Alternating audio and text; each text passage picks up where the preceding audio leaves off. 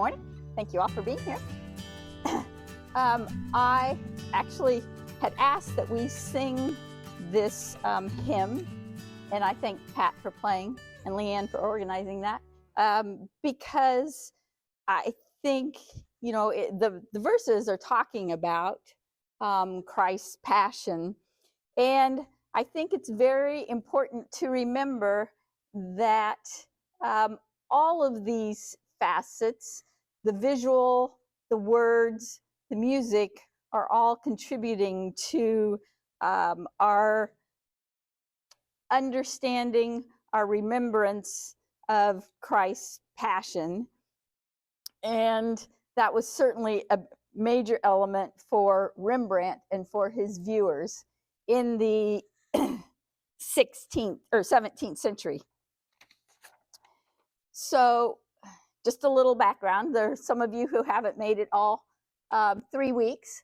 So these are the 5 paintings that I've dealt with primarily these last couple weeks. We've looked at the first 2 last week, and I'll show those to you in greater detail here in a minute. But these are all hanging in the Alte Pinakothek in Munich. And I had said it was a God moment because I was literally standing in front of them with our older son, Ryson, when a text came through from Leanne saying, would you do this teaching in March? And so I hadn't quite decided what I would do, and here they were given to me. So these paintings were conceived as a series, and Jeff, you've taken about almost all my light here. But they are all about 36 inches high, so about 3 foot by about a little more than 2 foot wide. And they were all painted on canvas initially. Thank you.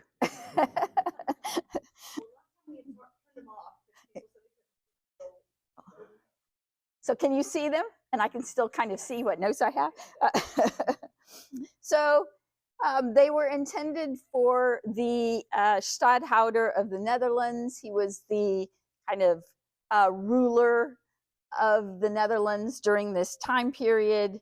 And they were intended to be personal devotional images. And this is one of the only series I can think of in paint that was done from a Protestant perspective. So most of the Passion paintings that we are aware of were for Catholic churches, for Catholic audiences.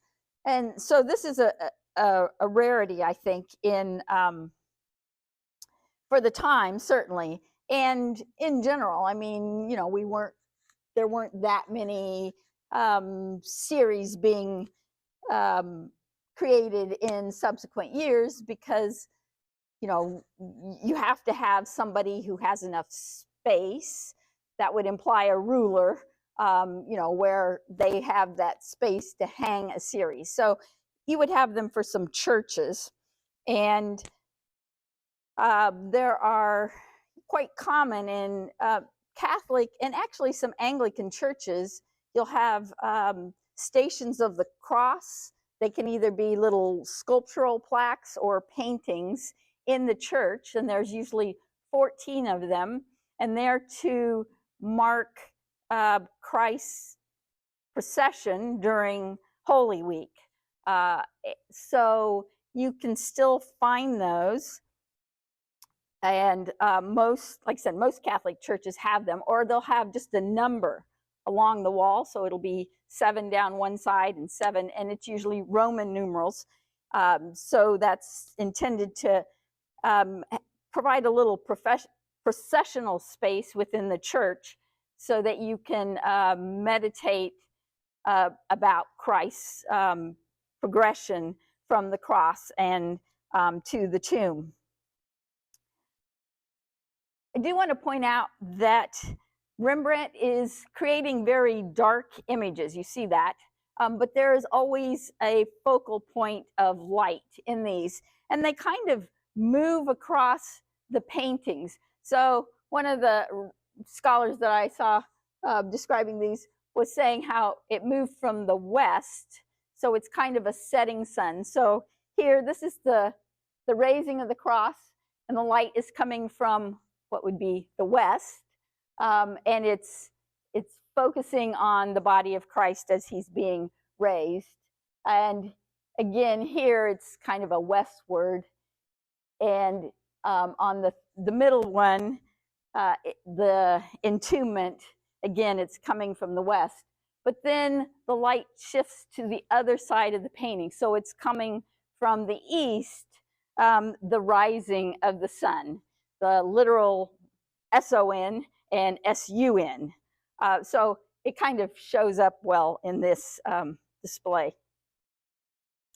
So these were the two paintings that we focused on last week, the raising of the cross and the descent from the cross, and want to emphasize that, again, Rembrandt is creating very small images. They're very detailed. They, at that time period, you know, you would have been able to get up very close to them and to make out the details and see all of the people involved, and to focus on the realism that he's including. And again, to emphasize that he is creating scenes that were a historical event. And so he will include details like the spade here, because, you know, they had to dig the hole to put the cross in. So it is an historical event, and he's trying to make that very clear. And it's also, these are scenes that invite your participation in. So by having to be up very close and viewing them, it's encouraging you to think about, you know, your responsibility, your culpability in this progression.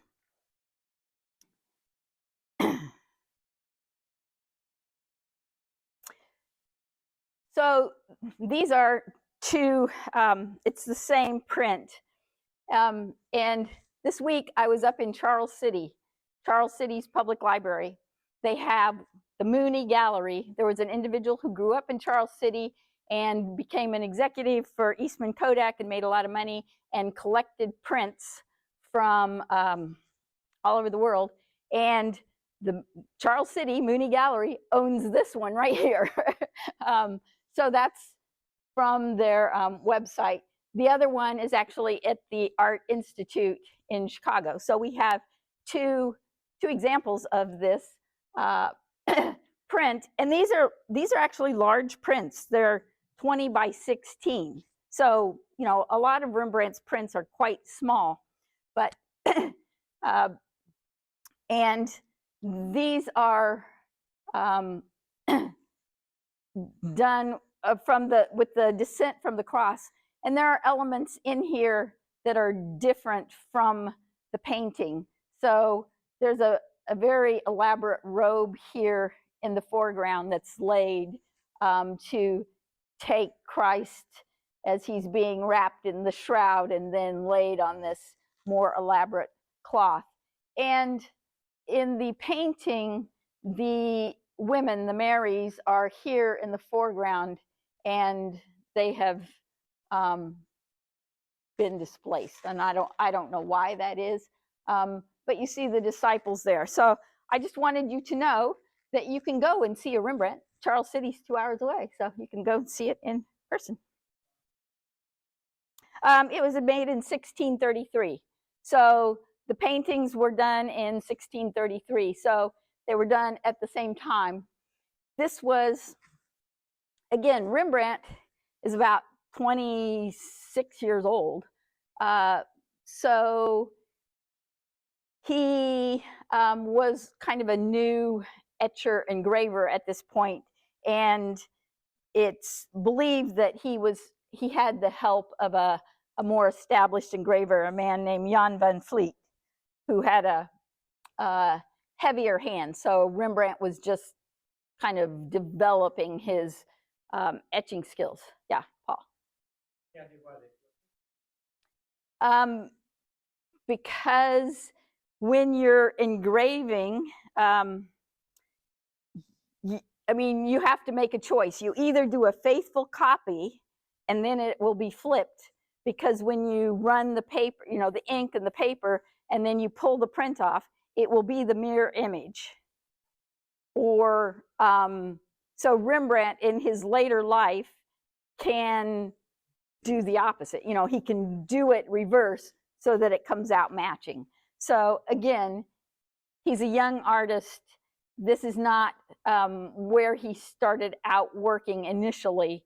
So it makes sense that he would employ or utilize a more experienced hand, and then there would be changes in that. But the three images that we are going to focus on today are the entombment, the resurrection, and the ascension.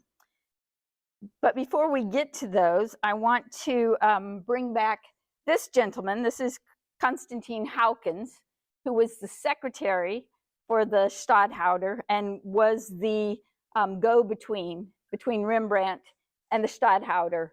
So he was the one facilitating the commission. And I'd said that Howkins was a very talented individual. He served as the secretary, but he also did a lot of dabbling. So he wrote extensively.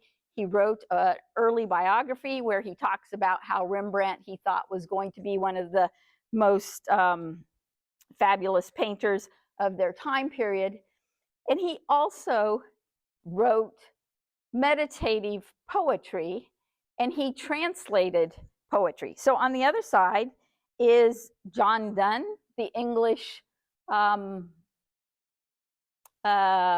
philosopher, poet, the one who wrote "No man is an island for whom the bell tolls." We know those phrases. And John Donne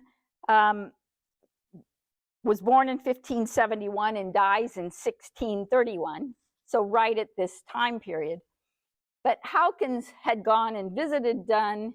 He was working on translating Donne's meditative poetry, and one of his sets were called the Holy Sonnets. And so Donne was exploring the religious expression of especially the Christ Passion, and how what he had gone through and how we were still a part of that. I mean, Christ still died for them at that time period, still for us today.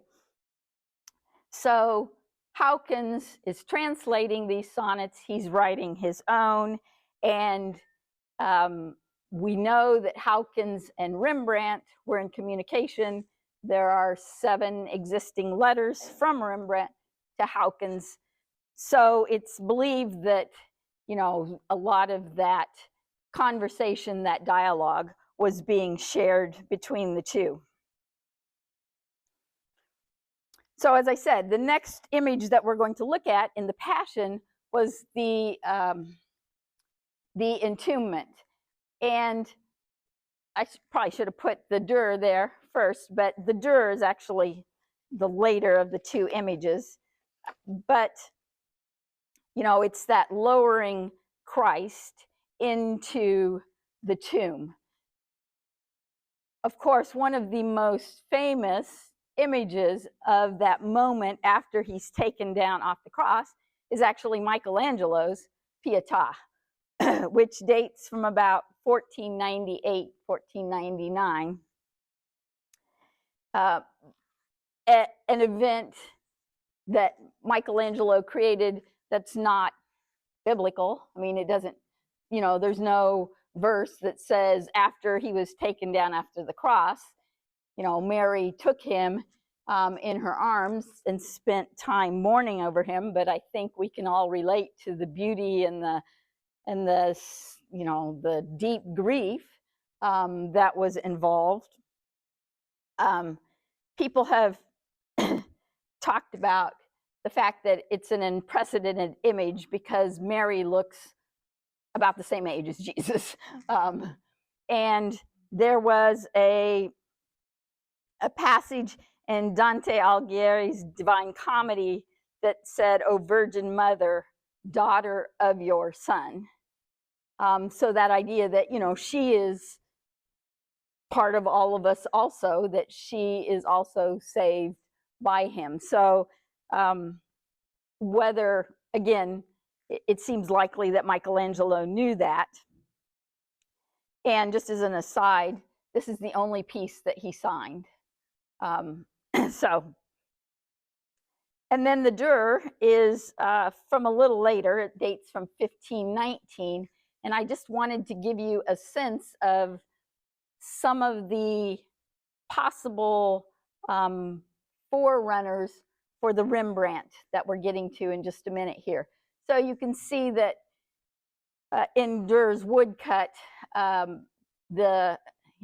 Christ is being laid into some kind of sarcophagus, and the surrounding him are, there's Mary, one of the Marys, and then Mary, the mother of Jesus, the Virgin, and then probably Nicodemus and Joseph of Arimathea, and John always is involved in this too. These are two paintings that date. This one is by Caravaggio, and last week I was asked why we call them by their first names, and I don't know, it's a convention, but we call Caravaggio because his first name was Michelangelo.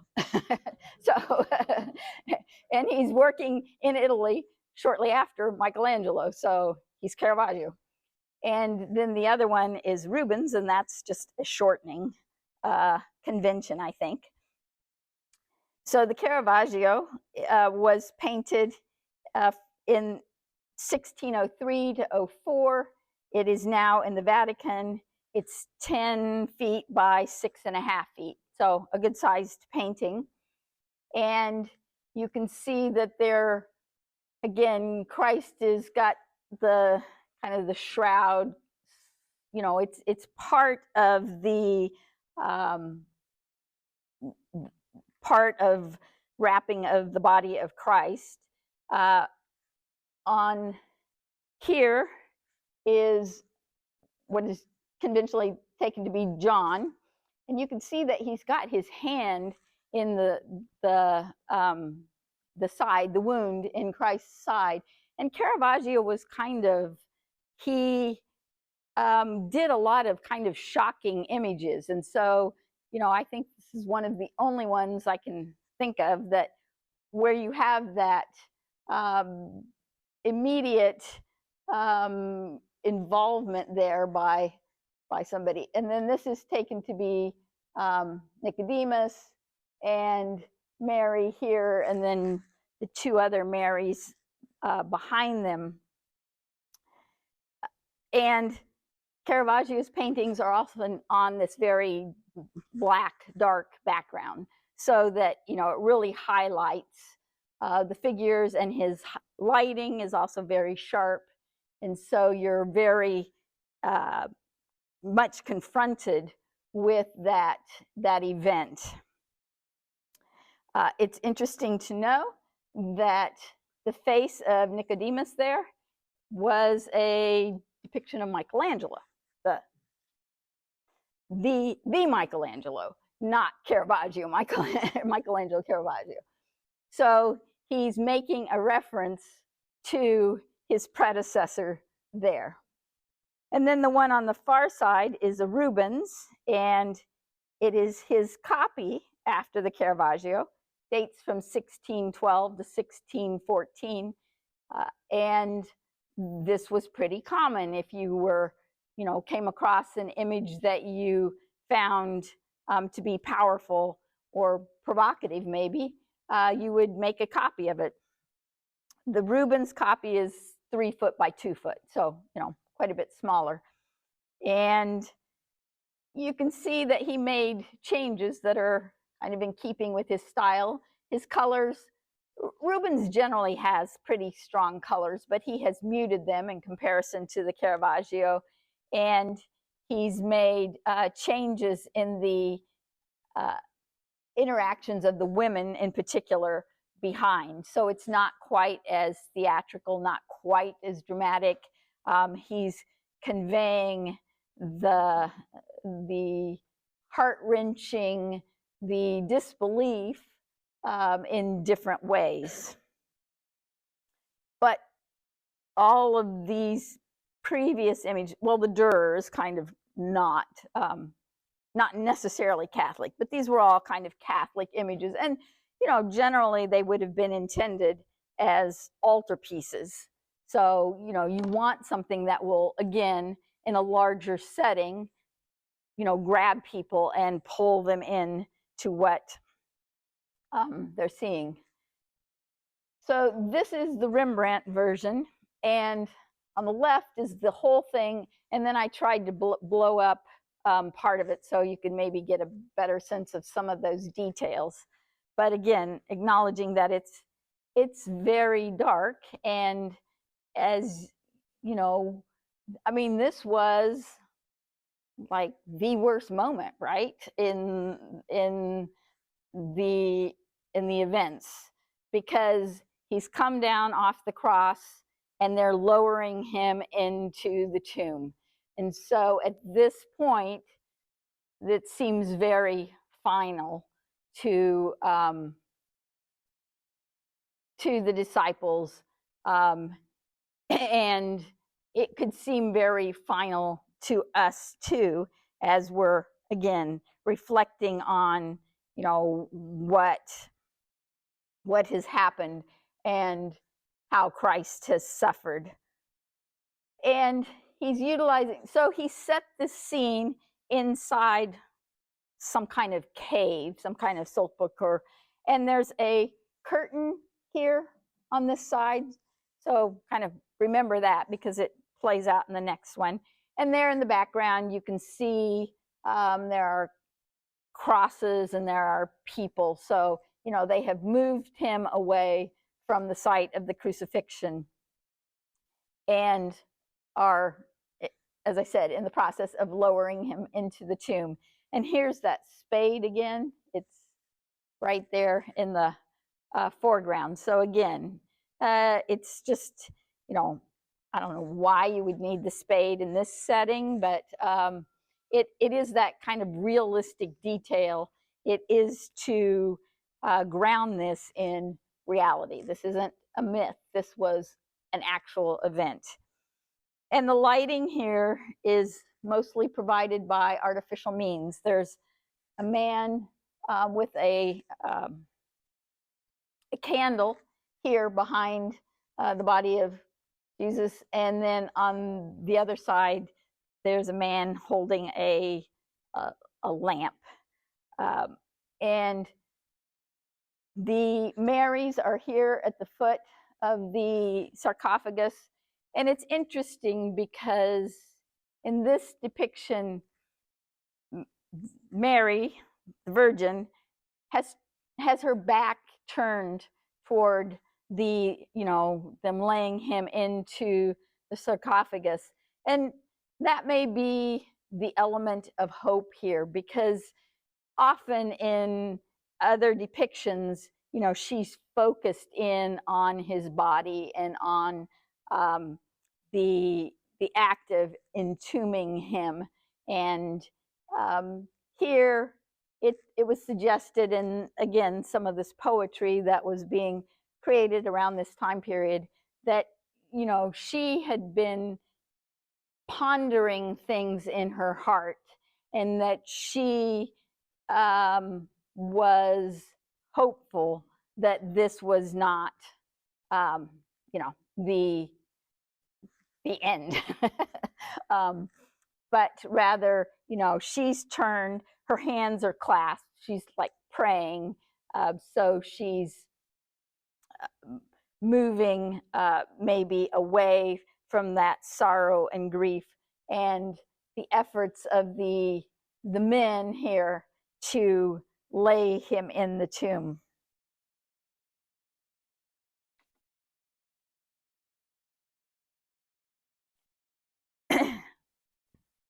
So the next part of this story will then be the resurrection. And these are two examples of previous representations of that. On the left is a painting by Piero della Francesca, The Resurrection, dates from 1460. And on the right is Rubens' Resurrection from 1616. The Piero della Francesca here is 7.4 by 6.5. So again, fairly large. It was an altarpiece.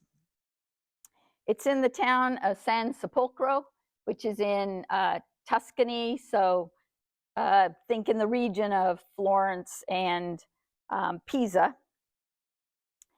And it was actually intended for the government building in San Sepolcro, which San Sepolcro means holy sepulchre.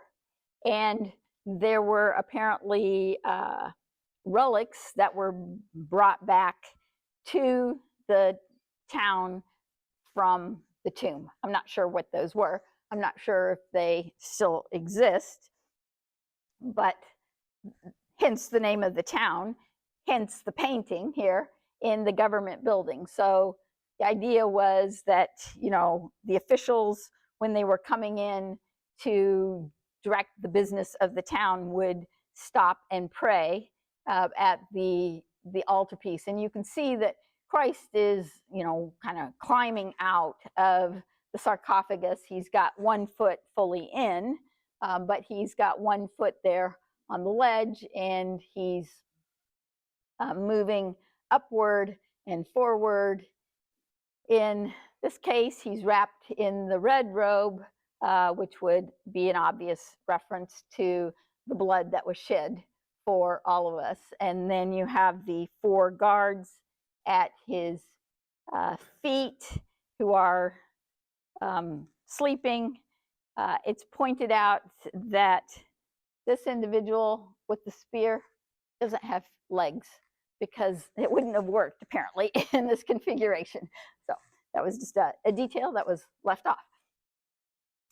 And this individual is thought to be a self-portrait of Piero della Francesca. This is just an aside also, but this is one of those kind of amazing things. So the British were in Italy, World War II, and there was a British military officer who was ordered to shell the area, which would have included the town. And apparently he was so appalled with the destruction that had occurred when they had shelled Monte Cassino that he held off and did not. And so the painting was saved because of that, and the Germans were apparently leaving anyway. There's a street named for him now in San Sepolcro because they were so appreciative of that. But one of the other paintings that you'll see in a few minutes that I was just choosing, you know, like choosing paintings, is also from San Sepolcro. So I just thought that was an amazing coincidence.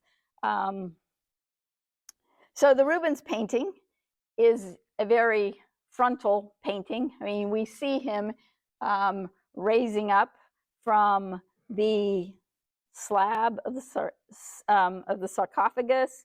Maybe he's, you know, moved out of something, but he's very frontal. So it's an immediately engaging painting, which is also why I love Rubens. I think he, you know, does fabulous depictions. And he's, you know, Christ is surrounded by a couple of angels there, a slightly larger one on his right, and then 2 of the winged cherubim or putti there in the upper left area. Christ is very heroic. He's a very strong, classical, kind of perfect figure there as he's coming out of the tomb, and he's, pulling away the shroud that was wrapped in him. So you know that he is miraculously coming forward.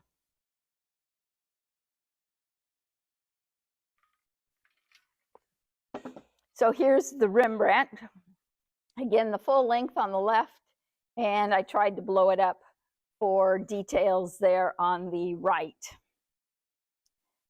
So this painting, the entombment and the resurrection, Rembrandt did at the same time in 1639.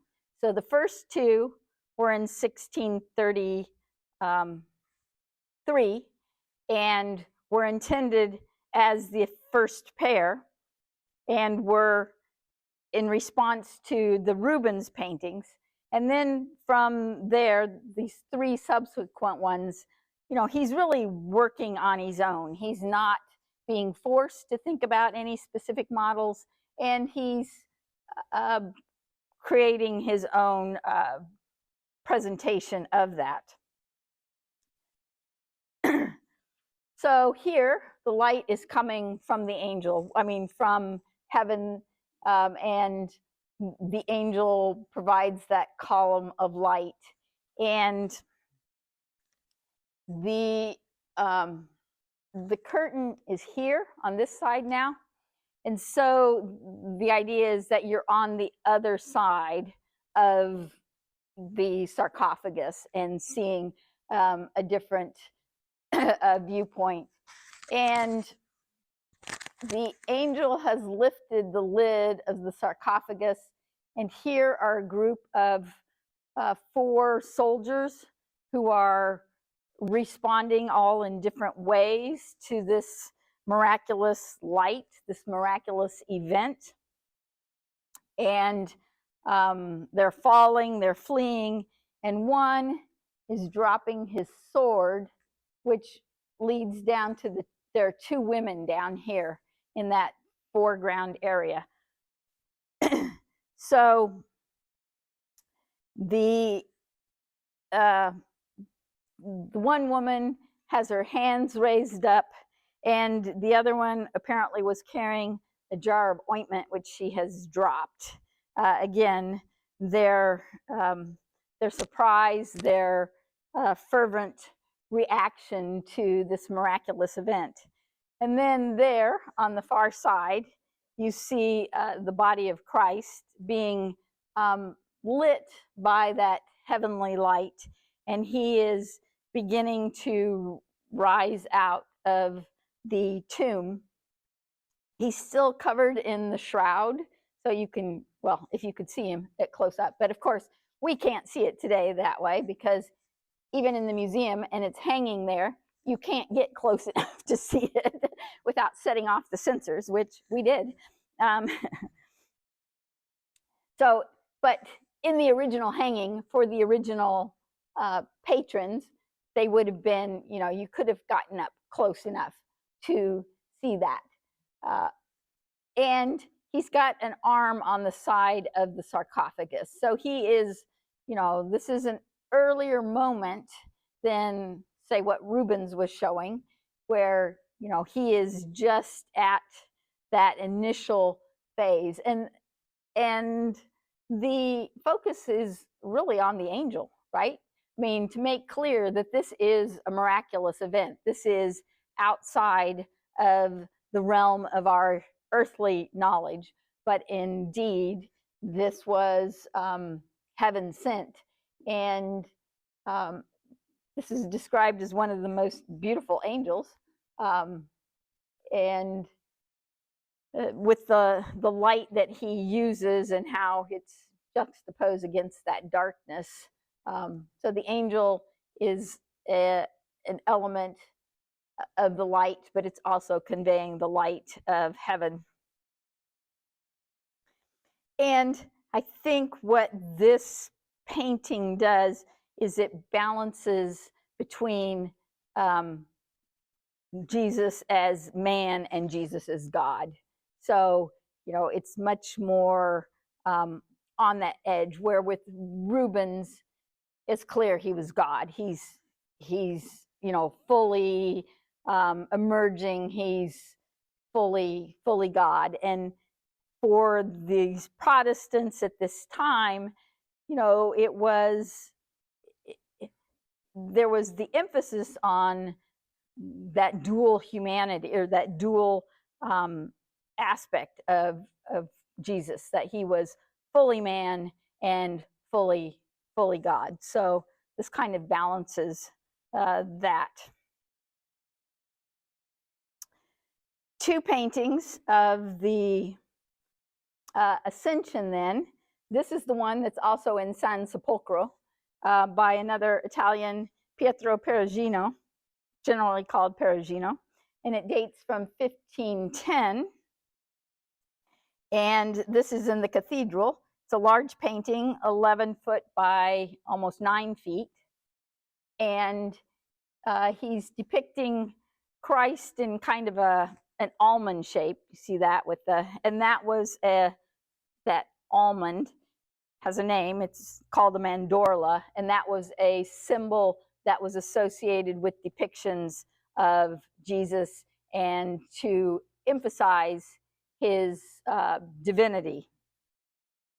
So he's shown in that mandorla that has it's ringed by all those little flying cherub heads, and he's robed in the red, again to emphasize the fact that his blood was shed for us. So that's a reference to the sacrament of communion. And then also there in the heavens are other angels playing instruments to welcome him joyfully back into heaven, presumably. And the decorative ones, they're kind of in that middle ground. And then below you have the Mary there right below him, directly below him. And I talked previous week how she's often robed in blue because she was seen as the Queen of Heaven. So she's in blue, and then the other disciples are all gathering around and having different reactions to this miraculous event. And then on the far side is the Titian painting, which is actually the Assumption of the Virgin. So there were not that many paintings done of the Ascension of Christ, which occurs 40 days after Easter. There just weren't that many paintings of that theme. There were in the Catholic, for the Catholic Church, quite a few depictions of the Assumption of Mary. So that's a doctrine that we may not be as familiar with, but the one I talked about last week, I think, that the Counter-Reformation, which was the Catholic reaction to the Reformation, one of the elements of the Counter-Reformation was to raise up Mary, or to set her as, they considered her a co-redeemer with Christ. And as I said, she's considered the Queen of Heaven. And then part of that also was the fact that they believed that she was, after her death, she was taken up, she was assumed into heaven. That's why it's called an assumption, from the Latin. So there are different variations of that. Some of the legends say that she didn't actually die. She just, at that point, she was just taken up to heaven. There are other traditions where she did die and she was, I don't know, in the process of being laid in the tomb, or a tomb, and she was assumed into heaven. Caravaggio does what was considered to be a shocking painting of the Virgin, where she's laid out and she's dead and she has dirty feet. And that was considered to be sort of sacrilegious. But his take on that was she was a woman just like we are. She was also a human. So, it played out a bunch of different ways.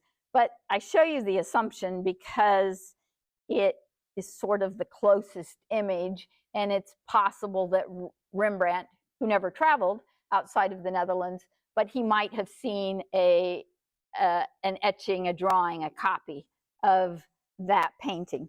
But in that painting, which is in Venice and dates from 1516 to 1518, so more than a century before Rembrandt. It's also very large. It's 22 by 11.5 feet. And as I said, it's in one of the churches in Venice. And you can see that Mary is there in the center. She's ringed by a host of heavenly angels. Below are the disciples, again, reacting to this miraculous event.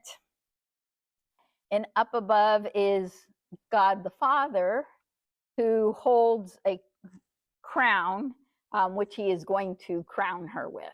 So again, a very powerful image. So here's the Rembrandt. So you can, I guess, decide if you think that that's similar. So this is the whole one. And then I kind of tried to blow them up as the two separate. So, they work together, but I thought maybe this would be easier to see some of these details on. This was actually the third painting he did in this series. So he did the raising of the cross and the descent from the cross, and then he did this painting. And I was wondering why he had done that. And I was kind of, thinking that maybe he thought it was an important end. It is the end point, but because it was going to take him a while to create these paintings, maybe it was important to jump to this moment, where we, the last painting he had done, or the previous painting, was Christ's body being taken off the cross. And so maybe he, theologically, for the viewer, needed to have this painting to know that that suffering and that death were not the end. Interestingly, it was not well received. So it was kind of interesting that then he did receive the commission for the middle two, the entombment and the resurrection. But ultimately, you'll see that he did satisfy his patron and was given 2 further commissions. So it's set on some kind of uneven, hilly aspect. So go to the one on the right for you, and you see that the disciples are gathered around in a circle, and there are 11 of them. And that is probably Peter that we see with his arms outstretched, and then next to him is probably John. And then each of the others have different expressions and different gestures, again, conveying their wonder, their astonishment, their amazement, their sadness that Christ is leaving in that. And then on the other side, Christ is standing on this little cloud that's being supported by these little flying putti. One has his, he's kind of bearing it on his back, and they're ascending with him. Christ's hands are outstretched, and that's kind of that reference to that, the Assumption of the Virgin. But you can see the wounds on his hands and on his feet. And he is ascending into this light that is coming from heaven. And there's also a ring of little pinpoints of stars or lights around that circle. And then up at the top is the Holy Spirit, the dove of the Holy Spirit. So he's ascending there. People have talked about the fact that you don't see God the Father here, but for the Protestant community at that point, they were not encouraged. They were, not encouraged to include depictions of that. We could include depictions of Jesus because he was a man, he walked on earth, but how do you, portray God the Father, whom we have not seen? And, you could convey the Holy Spirit because it's talked about as being like a dove, so you can do that. So that would explain why in this instance. And there, as I said, there are very few depictions of this scene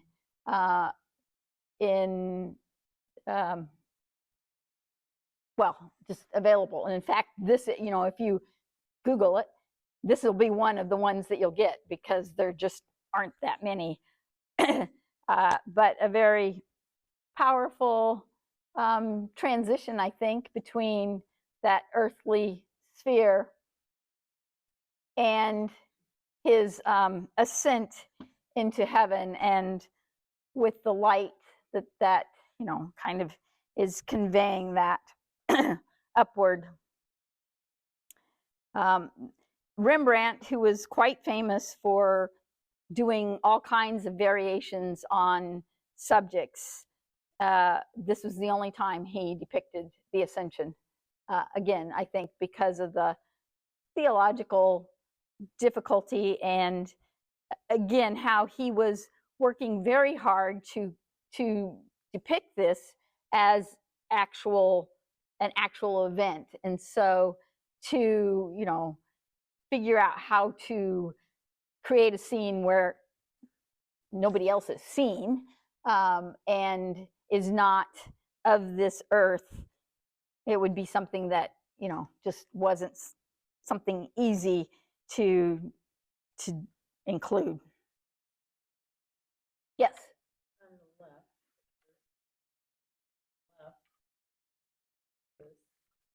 the left. No, these are trees. There are angels. Yeah, These are all angels. So this little group is very clear, helping raise the the cloud. But it's to be clear that it's the heavenly hosts who are welcoming. Yeah. Sorry? This? You're right.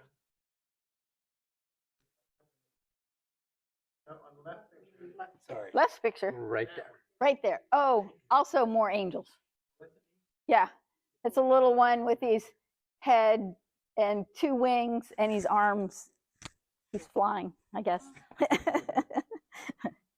Yeah, so there are angels here and angels here. Very difficult to see. And then the ones in the center.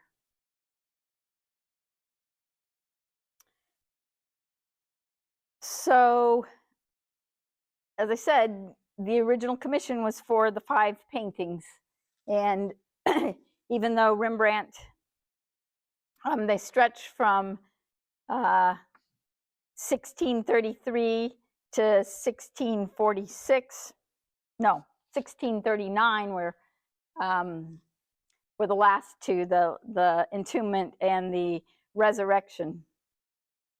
And there was some dialogue that has been preserved about how, he was involved in where they were hung so that people could see them. And again, it was in a gallery, a long hallway in the Stadtholder's residence. So the idea was that people would be able to get up very close to them and be able to interact with them. And that would have been important for the Stadtholder, who was traversing his gallery and was a very devout man. And of course, that was a large part of the Protestant doctrine, was how it was a personal journey for, and, you know, as we do now, you know, daily prayer and daily meditation. So the 5 paintings were finished. And then a couple years later, he received a commission for these 2 paintings also that were, as you can see, it's the same format. They're the same size. They were intended to be part of that series. So the one on the left is the Adoration of the Shepherds. And,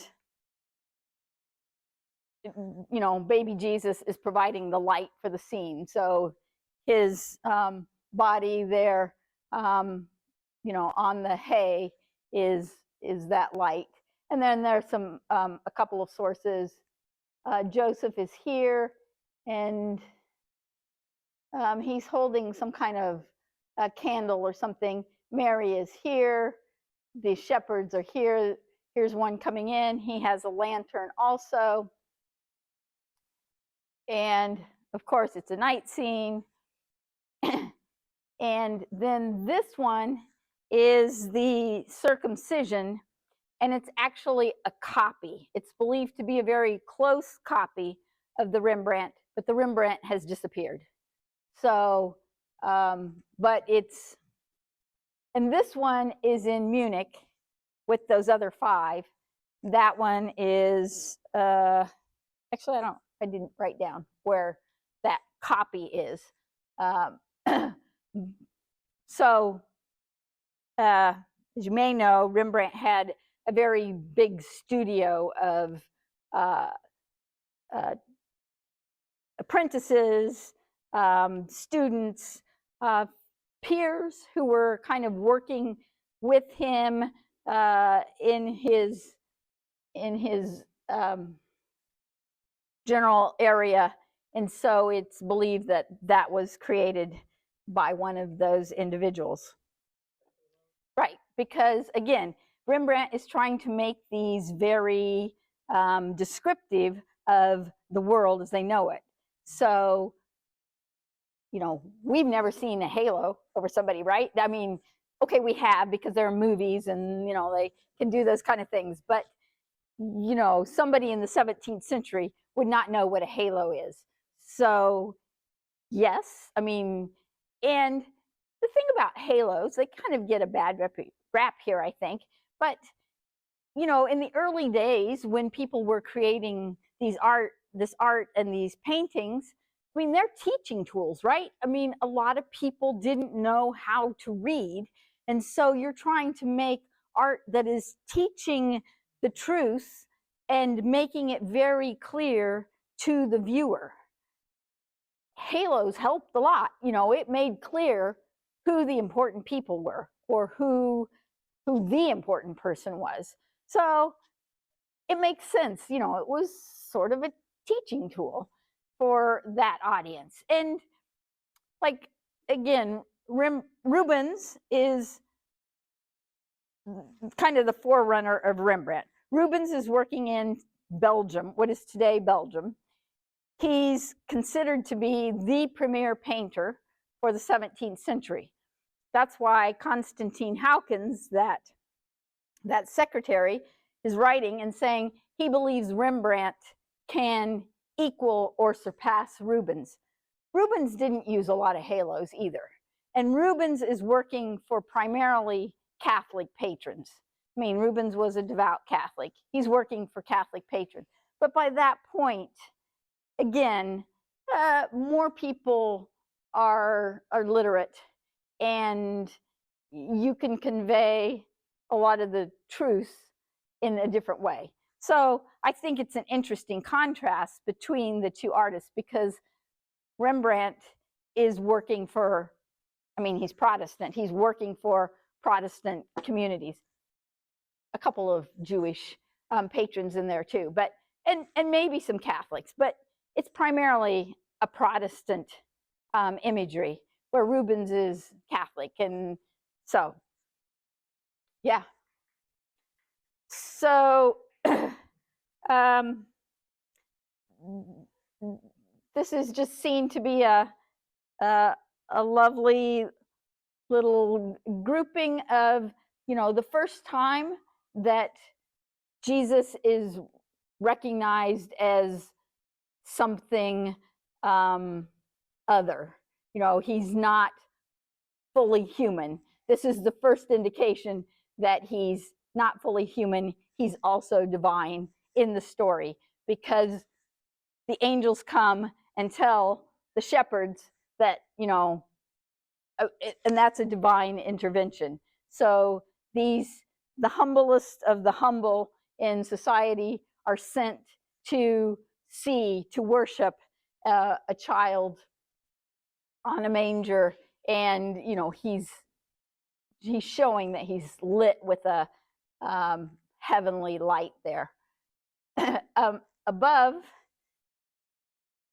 Above Joseph, there's kind of a pole, and there's some kind of a loft up there. And there apparently is a chicken. I couldn't find the chicken. There's a rooster, I think, and the ladder. So it's also a reference, it's a foreshadowing of the passion. So the rooster we associate with Peter and that denial. Again, we as viewers are complicit in that, and the ladder and that, pole section that foreshadows the cross. And then the circumcision it's only in Luke, and for the Old Testament, it's the promise of Abraham, that chosen people.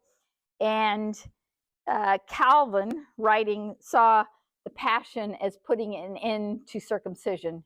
But circumcision is the first time Christ's blood was spilt for humanity, because he came as a child, as a man, to spend some time on this earth.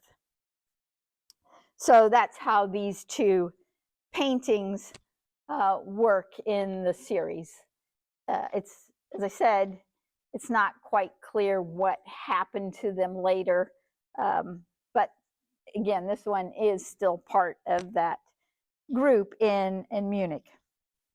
And so, just to end with the recognition that, these were intended to be very devotional images, that they were to help you, the viewer, on your meditation, on your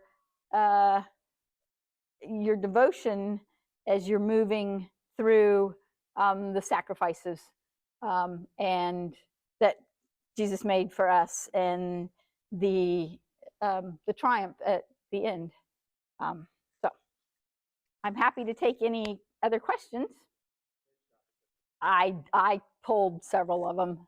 I mean, they're just not as well known. I mean, this is from the Alta Pinakothek, and this is the one they have. So yeah, I agree. I changed it out a couple of times, because it's like, well, this one's better. It's like going to the glasses, this one, this one, this one. The second question, if you could go back to the resurrection. Oops, that one. The angel space isn't very clear. Was that on purpose, or is that again just the end? No, I think that's on purpose, because what does an angel look like? So, it has long flowing hair, but yeah, it's a pretty indistinct face. And again, I think that's because we don't know, and he's well aware of that. So anything else? Oh, and last week somebody asked me, we were looking at the crucifixion and why, Jesus's body wasn't as bloody and And I was thinking about that, and I think it's too that was kind of the Catholic, because again, I mean, and I'm not saying this is like the Catholic is wrong and different. I mean, it's different, but again, for illiterate viewers, you want to make very clear that Jesus suffered for us. Christ, he was beaten, he was whipped, he had a crown of thorns forced onto his head.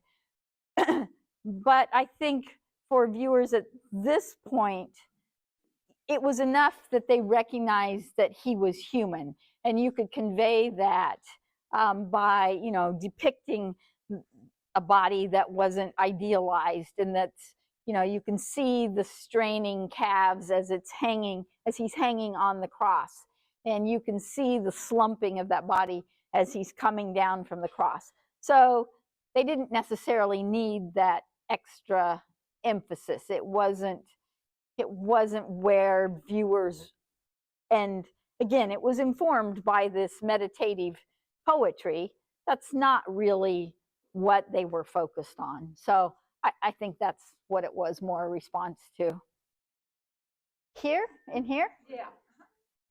I think that's light. I think that's the angel's garment.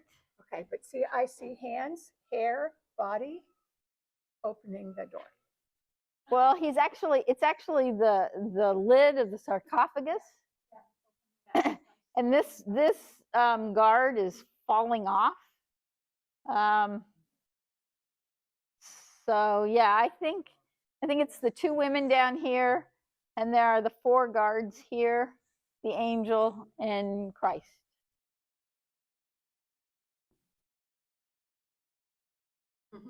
I didn't read that there were any others either. So, I mean, and they've, yeah. Christ is very tiny. Yeah, I mean, it's a very different presentation, and like I said, it's not like most of the precedent, the other ones where he's much more fully seen. Not to say that these were the only ones, obviously, but so I liked how he's balancing that between, he was human and now he's transition. I mean, not trans. I don't know. I mean, how do you convey that change in the emphasis without being sacrilegious? I guess it's really hard to talk about it too. Yep.